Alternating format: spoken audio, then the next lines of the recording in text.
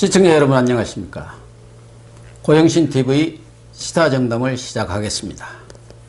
현대중공업은 오늘 노조의 강력한 반대에도 불구하고 주주총회장을 옮겨서 임시 주주총회를 열고 회사 분할안을 의결했습니다.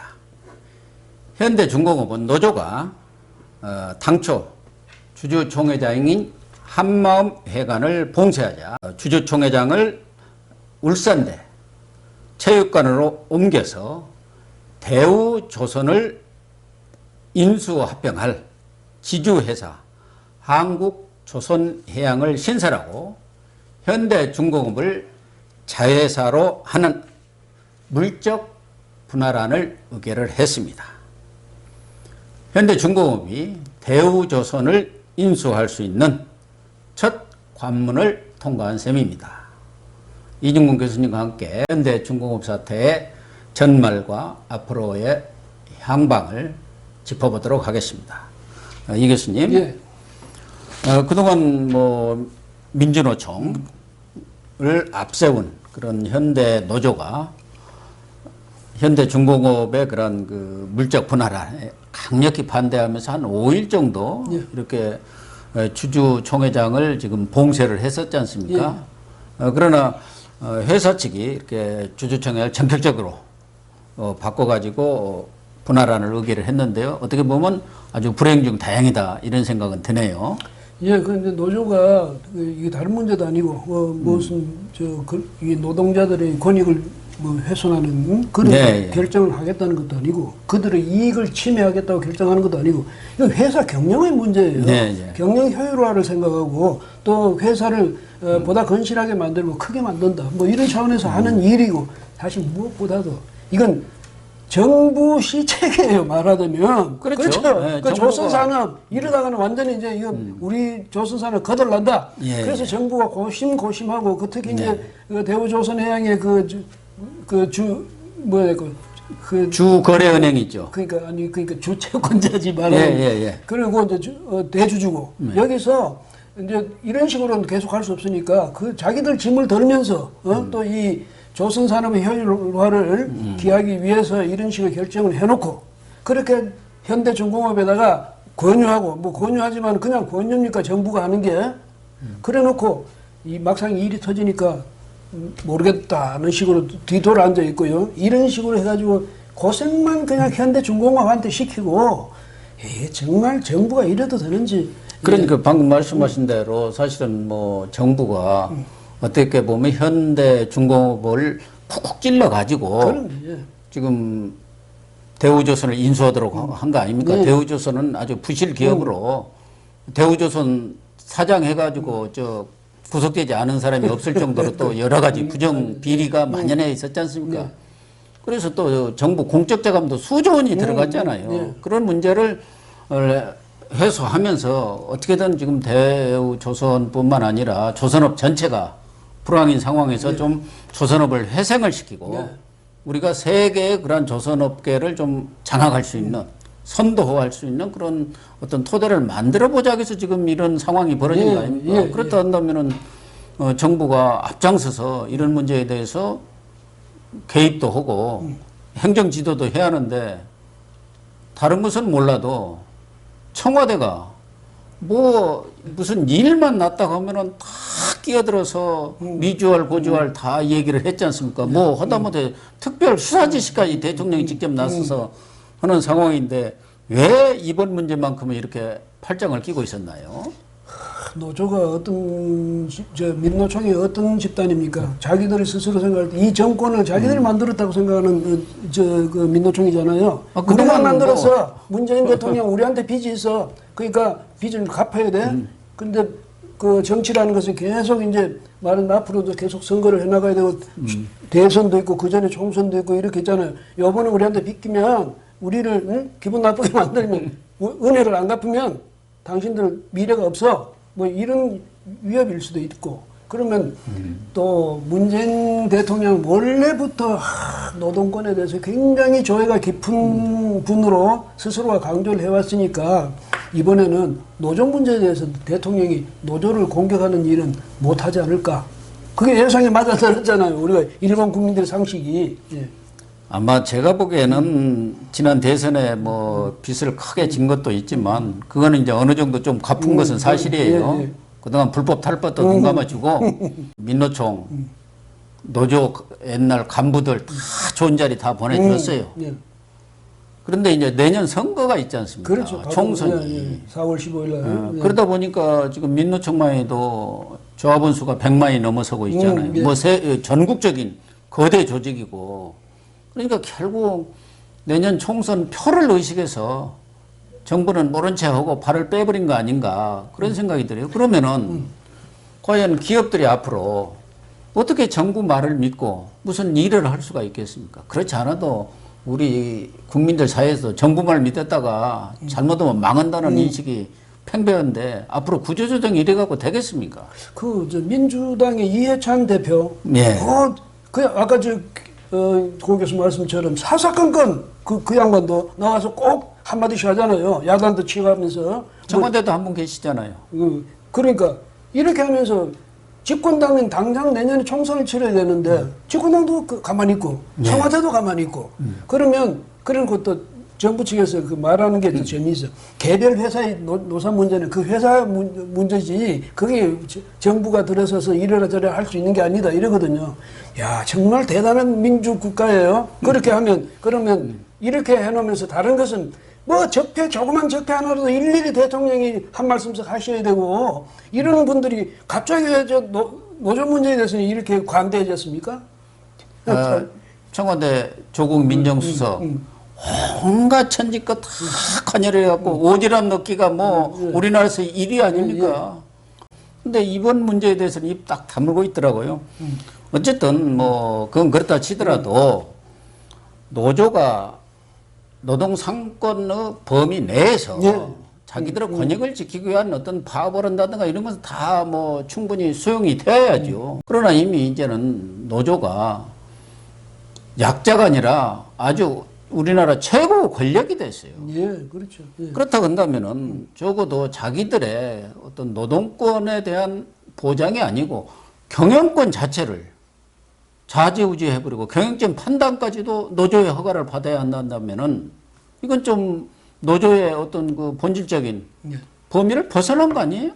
그렇죠. 그러니까 그 주총장으로 예정됐던 그 장소를 예.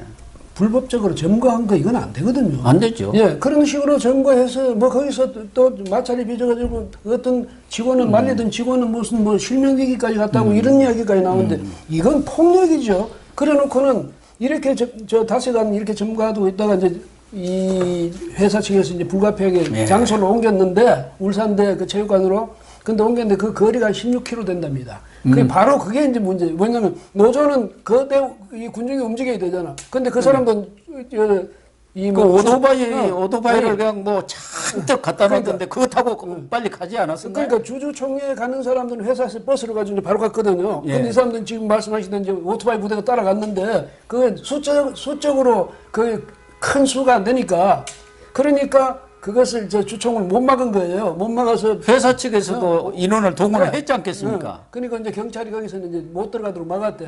울산대학에 진입을 못 하도록 막고 이랬던 모양인데 어쨌든 그래가지고 통과를 해주면 이게 무슨 이런 일이 있습니까? 그렇죠? 이래가지고 우리 조선산업이 그동안에 한때는 정말 세계적으로 세계 최고의 실력과 그다음 수주 실적을 갖고 세계에서 우리 조선을 넘볼 그런 나라는 없다 이랬는데 어느 날 갑자기 중국이 일어나가지고 자기들 말만 중국 그 대국 굴기를 해가지고 이렇게 해가지고 조선산업이 완전히 또 중국적으로 넘어갔지 않습니까? 이걸 이제 되찾기 위해서 애를 쓰는데 우리 문 대통령은 참 그 조선 수주가 조금 늘어나니까 뭐라냐 물 들을 때 배 띄워라 이러면서 뭐 대단히 조선 산업이 회생될 것 같이 이야기했지만 근본적으로 조선 산업은 여전히 지금도 사양길입니다. 그래서 그렇죠. 대우해양조선하고 현대중공업하고 이렇게 합치면 과당 경쟁, 출혈 경쟁을 우선 완화시킬 수 있잖아요. 그 다음에 경영 구조 조정을 해가지고 소위 경영의 효율화도 기할 수 있고 이렇게 하면 뭐 흔히 하는 말 누이 좋고 매부 좋고 다 좋은 대우조선 좋고 현대중공업 좋고 이렇게 다 좋은 그런 나라 경제도 크게 도움이 되죠. 그러면 문재인 대통령 자기 실적도 올라가는 거지요. 예? 거기에 얼마나 많은 사람들이 또 종업원들이 근로자들이 취업이 되겠습니까? 예, 그렇게 하는데 그걸 말이죠. 이렇게 한사코 막는 것은 무슨 얘기냐면 내 밥그릇에 손 무조건 대지 마라. 뭐 장기적인 거 우리 안 믿는다. 이런 사고방식을 갖고 있으니까 이 현대중공업 같이 거대한 회사의 노조는 이럴 수 있다 칩시다. 그럼 작은 회사 그 밑에 그 계열회사라든지 이런데 그 다음에 이런 데 사람들은 그럼 어쩌라는 겁니까? 그래서 이 노조 지금 뭐 민노총을 앞세운 이 노조의 뭐 그동안의 불법 탈법 폭력 행위들은 뭐 자체하고라도 예. 과연 노조가 경영 문제에 대해서 어느 선까지 말하자면 개입 내지는 관여를 한다 할까? 이런 지침 정도는 정부가 확실히 만들어 놔야 하지 않겠느냐 그런 생각이 들어요. 모든 것을 경영적인 판단까지도 노조의 허가를 받아서 해야 한다면은 그건 노조가 경영을 하는 거지.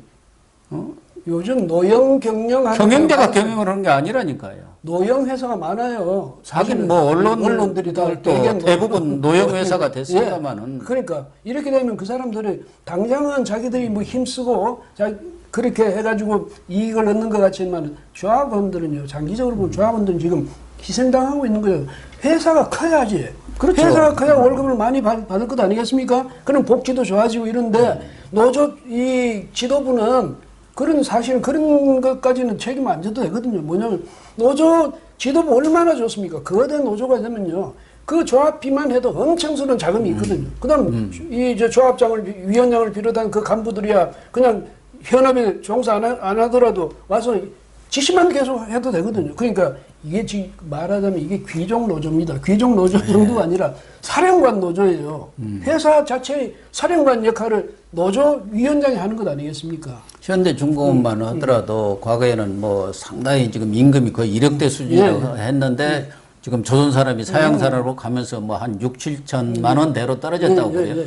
그래도 6, 7천만 원 되면 우리나라 최고 월급이고 협력회사들 그 같이 이러는 사람들 그 사람들은 그게 반의 반도 못 받는 경우가 많지 않습니까? 반의 반 못 받는 또 괜찮다.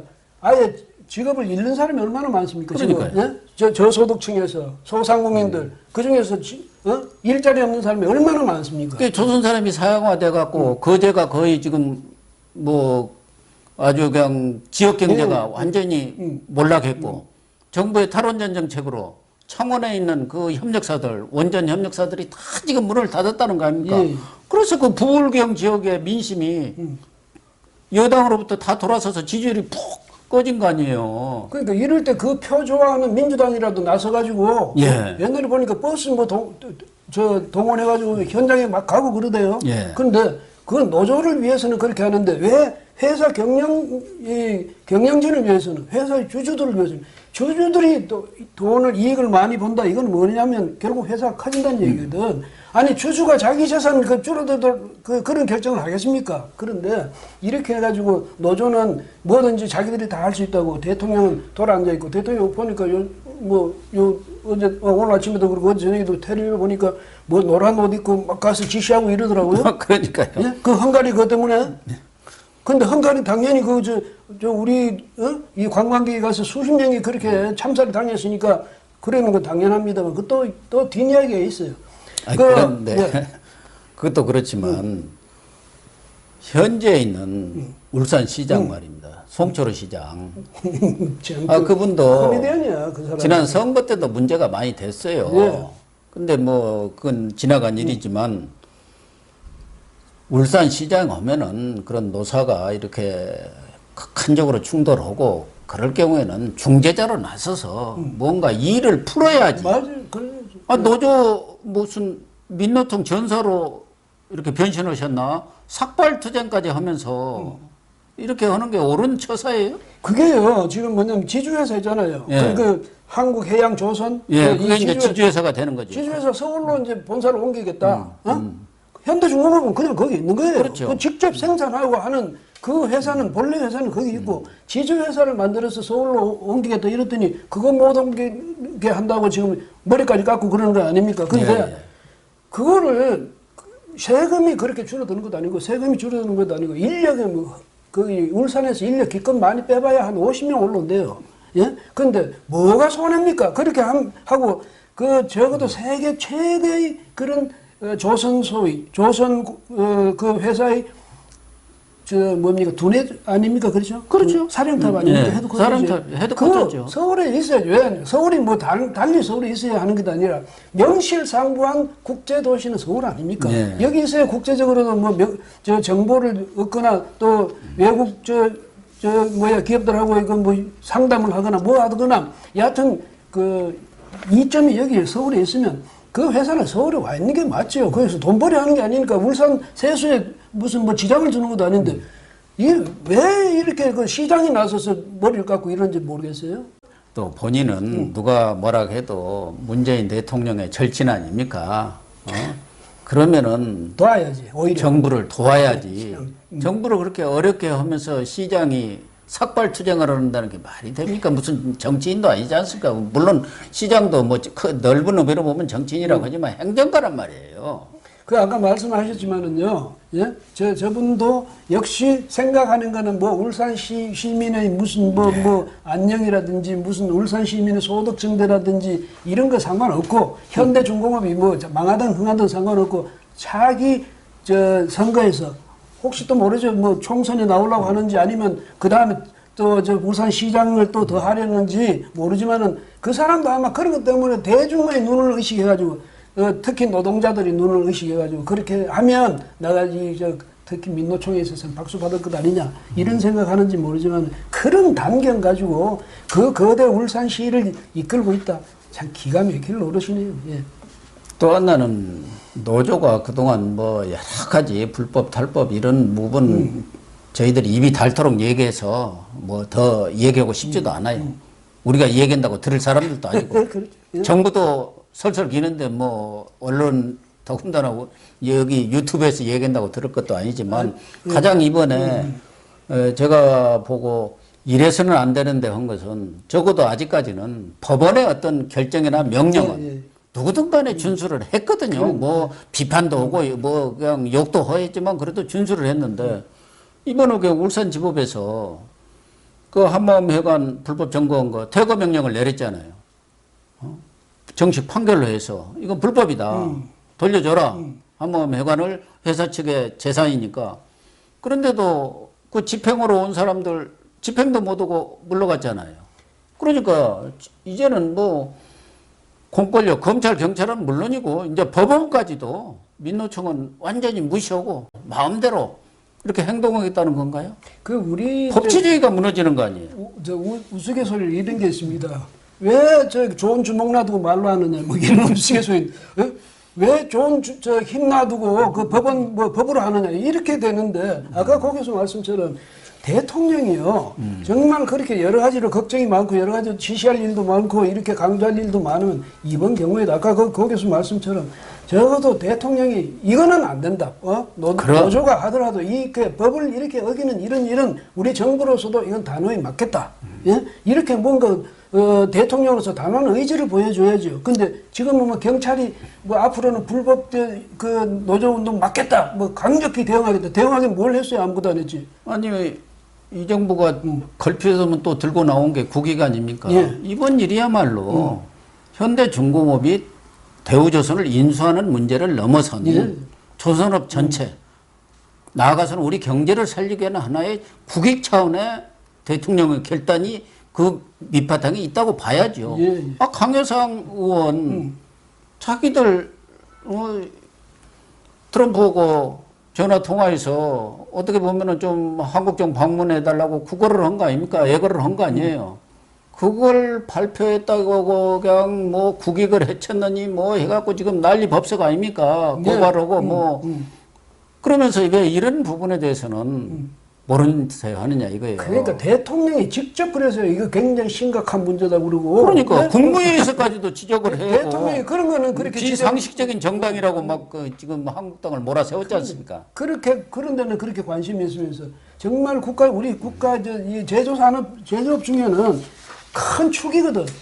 조선, 자동차, 무슨 그다음에 우리 반도체 이렇게 큰 그런 주력 산업들에 대해서 이런 상황이 왔는 데서는 아무 말도 안 하고 자기 이 통화 그거를 누출했다고 그거 가지고는 대통령이 직접 나서서 화를 내고 그다음에 그건 또 화낼 우리가 전에도 이야기했죠. 화낼 일도 아니에요. 왜냐하면 고민정 대변인이 공식적으로 뭐라고 했습니까? 전혀 사실이 아니라고 그랬잖아요. 내용도 뭐도. 그래놓고 왜 사실이 아닌 거 이야기했으면 그거는 이 허위사실 유포죄는 모르지만은 어떻게 국가기밀 누설죄가 됩니까?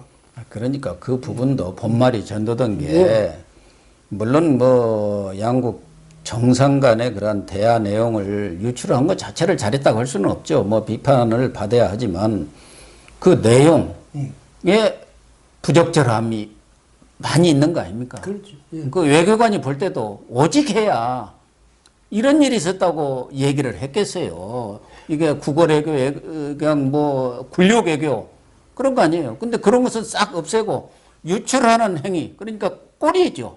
꼬리만을 가지고 그냥 몸통을 막 흔들어 댄 거예요. 그 대통령이 해외 나가면 보면 말을 실수를 뭐 오죽했습니까? 그렇게 하는데도 강 외교장관은 강경화 외교장관은 아주 건재해요. 그럼 이번에도 그런 문제가 생겼으면 강경화 외교부 장관이 무슨 거취 문제부터 거론될 건데 전혀 없어요. 그다음 대통령은 그런 식으로 화를 내고 이러는데 지금 말씀 정말로 공감이 가는 것이 대통령이 오히려 이런 식으로 우리 정부가 외교에서 이렇게 약체가 됐다. 그건 내가 잘못 지휘해서 그렇다.